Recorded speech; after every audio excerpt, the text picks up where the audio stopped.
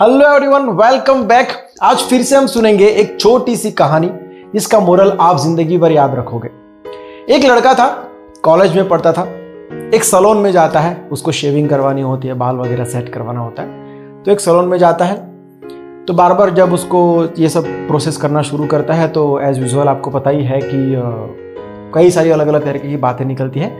तो अलग अलग टॉपिक पर वो लोग बात कर रहे थे जब तक उसका शेविंग वगैरह हो रहा था। तो ऐसे बातों बातों में बात निकली कि भगवान, खुदा, जीसस, अल्लाह, जो भी शक्ति है वो इस दुनिया में है कि नहीं है, सच में ऐसा कुछ है कि नहीं है। तो जो लड़का था कॉलेज वाला, तो उसने कहा कि मैं तो बहुत ही स्ट्रांगली बिलीव करता हूँ भाई, ये ऐसी शक्ति है तभी तो ये दुनिया चल रही है, और मेरी लाइफ में भी पर्सनली मुझे ऐसे बहुत सारे एक्सपीरियंसेस हुए हैं। इसलिए मैं बहुत स्ट्रांगली मानता हूँ कि भगवान जो है वो इस दुनिया में है, उन्हीं की वजह से सब कुछ चलता है।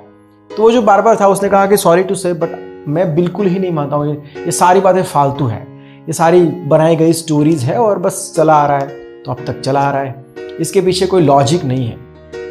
लड़के ने पूछा कि ऐसा क्यों लग रहा है, मतलब आपके साथ कुछ हुआ है, कोई तो रीजन होगा, आपको ऐसा क्यों लग रहा है कि भगवान नहीं है। तो बार ने जवाब दिया कि तो रोड पर नजर डाल, कितने सारे लोग दुखी है आज, कितने सारे लोगों के मन अशांत है, कितने सारे लोग दर्द में झुलस रहे हैं, कितने सारे लोगों के कितने सारे प्रॉब्लम्स हैं, लोग कहीं पर खुश नहीं हैं आज। अगर भगवान होते, ऐसी कोई भी शक्ति होती तो ये सब होता।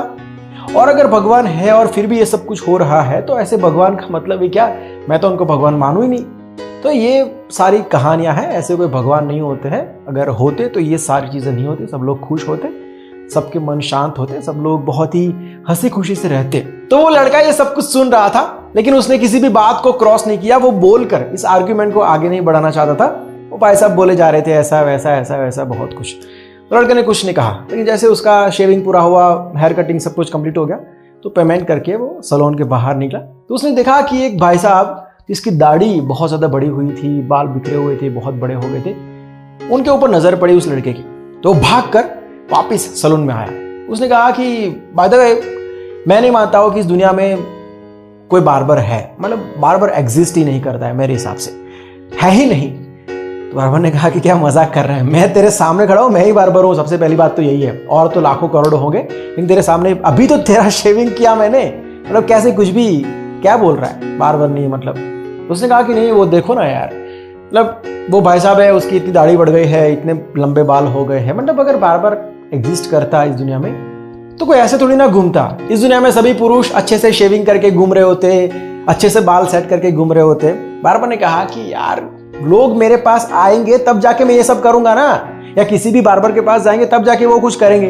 हम लोग रोड पर तो नहीं घूम सकते ना, किसको शेविंग करनी है, किसको बाल कटवाने हैं, क्या कुछ भी बोल रहा है यार। लड़के ने कहा कि मैं एग्जैक्टली यही कह रहा हूं, जिसका मन अशांत है या फिर जिसको दर्द हो रहा है कहीं पर, जिसको मदद चाहिए, कुछ भी जिसको हेल्प चाहिए, उनको भगवान के पास, खुदा के पास, जीसस के पास, जो भी शक्ति में वो मानता है उनके पास जाना पड़ेगा, उनके लिए प्रेयर करनी पड़ेगी, उनको कहना पड़ेगा, उनसे मदद मांगनी पड़ेगी, तब जाके वो मदद करेंगे ना। रोड पर तो नहीं घूम सकते ना वो लोग, किसको मदद चाहिए, किसको मदद चाहिए, किसको मदद चाहिए। आपको पहले एक बिलीफ तो रखना पड़ेगा ना कि ऐसा है। अब आप मान ही नहीं रहे हो कैसी शक्ति है, तो वो शक्ति से आप उम्मीद भी कैसे कर सकते हो कि आपकी वो मदद करे। बार बार इस बात को समझ गया था अच्छे से। बाय द वे, इस कहानी से आप क्या सीखे हो जरूर से बताना। मिलता है बहुत जल्द एक नए वीडियो के साथ, एक नए सब्जेक्ट के साथ। बाय, टेक केयर, जय हिंद।